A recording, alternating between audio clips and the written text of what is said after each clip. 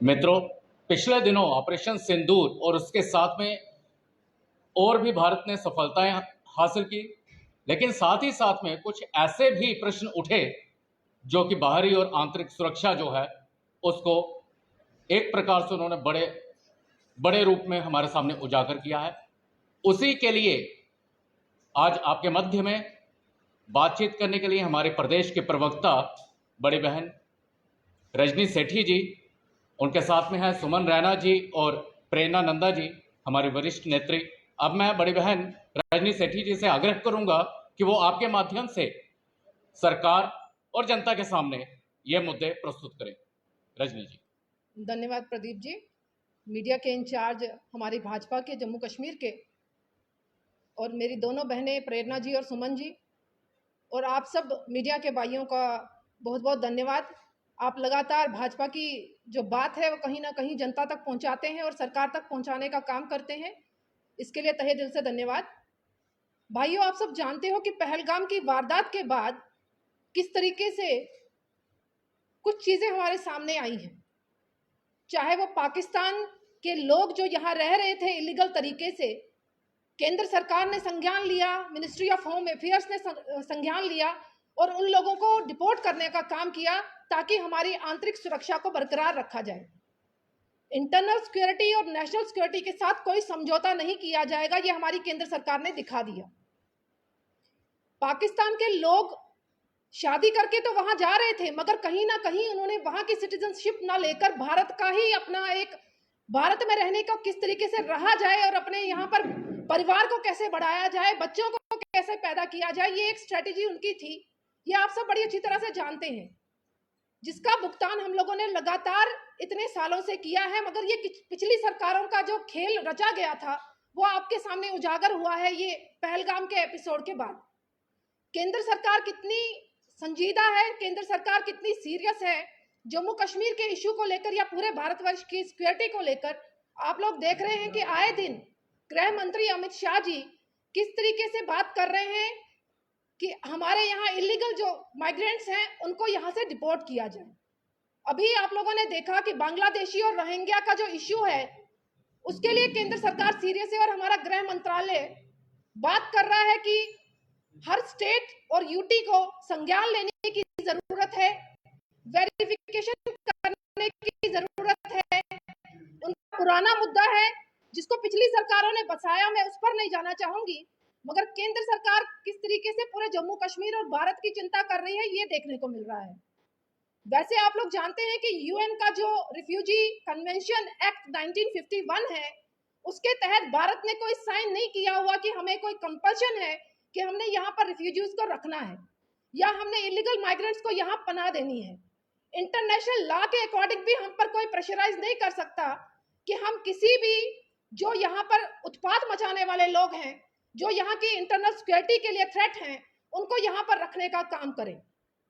मुझे लगता है कि केंद्र सरकार अपना काम कर रही है और कंसर्निंग पुलिस अथॉरिटीज को भी डायरेक्शंस दे दी गई हैं कि वेरीफाई किया जाए कि कौन से लोग यहाँ पर दंगा फसाद करने का काम कर रहे हैं, कौन से मर्डर्स में इन्वॉल्व हैं, कौन से यहाँ ड्रग्स को फैलाने का काम कर रहे हैं और कौन यहाँ टेररिज्म को बढ़ाने का काम कर रहे हैं।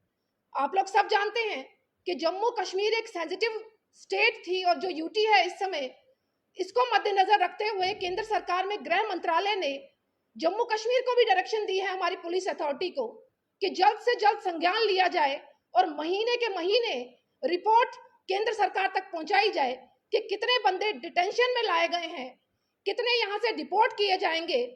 मुझे लगता है कि ये एक सराहनीय कदम है, मगर हमारी जनता को भी जानने की जरूरत है कि पूरे जम्मू प्रोविंस में किश्तवाड़, रामबन, डोडा, राजौरी, पुंछ, इन सभी इलाकों में, इवन यहाँ के जम्मू में बठिंडी, सुंजवा और इंडस्ट्रियल एरिया, बहुत से ऐसे एरियाज हैं जहां पर ये बांग्लादेशी और रोहिंग्याज रह रहे हैं।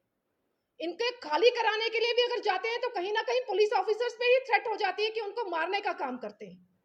तो क्या हमारे जम्मू कश्मीर में ऐसा वातावरण हम लोग चाहेंगे? मुझे लगता है कि कोई भी ऐसा वातावरण नहीं चाहेगा। इसके लिए केंद्र सरकार काम कर रही है। मुझे उम्मीद है कि हमारे जो एनसी की सरकार है, वैसे तो ये सारा जो कामकाज है एमएचए के अंडर आता है, गृह मंत्रालय इसको देख रहा है, मगर मेरी उम्मीद ये है कि जो यहाँ के मुख्यमंत्री उमर अब्दुल्ला जी हैं, वो कोऑर्डिनेशन करके, क्योंकि मुख्यमंत्री होने के नाते उनकी भी जिम्मेवारी बनती है कि वो कोऑर्डिनेशन करके जल्द से जल्द ऐसे बंदों की वेरिफिकेशन करे जो हमारे जम्मू कश्मीर के लिए थ्रेट है। आने वाले समय में केंद्र सरकार बिल्कुल स्ट्रिक्ट होने जा रही है। यहाँ पर किसी भी गैर कानूनी की तरीके से रहने वाले लोगों के लिए कोई स्थान नहीं है, ये केंद्र सरकार ने बता दिया। अलग अलग टास्क फोर्स बनाए गए हैं केंद्र सरकार के द्वारा, उनको डायरेक्शंस दे दी गई हैं कि कैसे रिपोर्टिंग करनी है। और आपको नॉलेज के लिए ये बता दूं कि इसकी कार्रवाई शुरू भी हो गई है।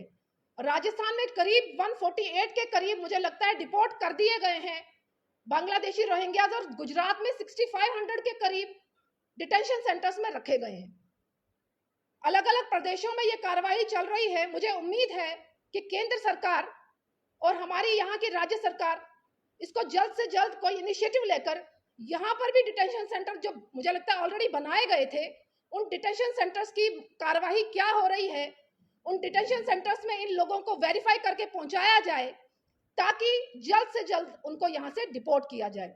मेरी गुजारिश केंद्र सरकार से, मेरी गुजारिश यहाँ की सरकार से कि जम्मू कश्मीर एक सेंसिटिव स्टेट है, सबसे पहले इनिशिएटिव लेकर जम्मू कश्मीर में फर्स्ट प्रायोरिटी पर ऐसे लोगों को वेरीफाई करके उनको जल्द से जल्द यहाँ से डिपोर्ट किया जाए। आज भाजपा के प्लेटफॉर्म से ये आपके बीच आने का मकसद ही यही है कि भाजपा भी चाहती है कि जल्द से जल्द ऐसे लोगों को शिनाख्त करके उनको डिपोर्ट करवा दिया जाए। जनता से भी एक अपील करना चाहूंगी कि जम्मू कश्मीर की जनता भी सचेत रहे। अपने आसपास कोई ऐसी एक्टिविटी दिखती है या कोई ऐसे लोग दिखते हैं जो आपको लगता है कि हमारी सिक्योरिटी के लिए थ्रेट है, मुझे लगता है कि सुप्रीम कोर्ट का जो वर्डिक्ट था, उन्होंने भी कहा इंडिया इज नॉट ए धर्मशाला। भारत कोई धर्मशाला नहीं है कि कोई भी आकर यहाँ बस जाएगा। इसीलिए साफ संदेश, कड़ा संदेश पाकिस्तानियों को भेज दिया गया है। अब बांग्लादेशी और रोहिंग्या जो यहाँ पर रह रहे हैं वो अपना सामान और बोरिया बिस्तरा पैक करें। इंडियन गवर्नमेंट अब स्ट्रिक्ट होने जा रही है और खासतौर से जम्मू कश्मीर की संवेदना को देखते हुए, सिक्योरिटी थ्रेट को देखते हुए जल्द से जल्द उनका सामान पैक करके उनको डिपोर्ट किया जाएगा। बहुत बहुत धन्यवाद।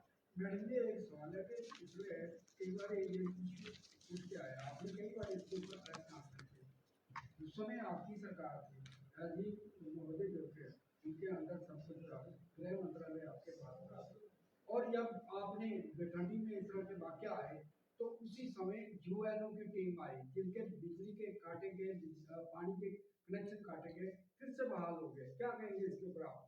संधू जी, देखिए मैं यही बात कर रही हूँ कि केंद्र सरकार संजीदा है। ये पहलगाम की जो वारदात हुई, उससे पहले भी लगातार आतंकी वारदातें बहुत सी हुई हैं। मुझे लगता है कि हमें एक झकझोरने वाली वारदात हुई है जिससे हम संचेत हो गए हैं कि यहाँ पर हमारी सिक्योरिटी थ्रेट। सुनिए, मैं आपसे वही बात कर रही हूँ कि कांग्रेस की सरकारों में इनके आधार कार्ड बन गए हैं, इनके वोटर कार्ड बन चुके हैं, इनके राशन कार्ड बन चुके हैं।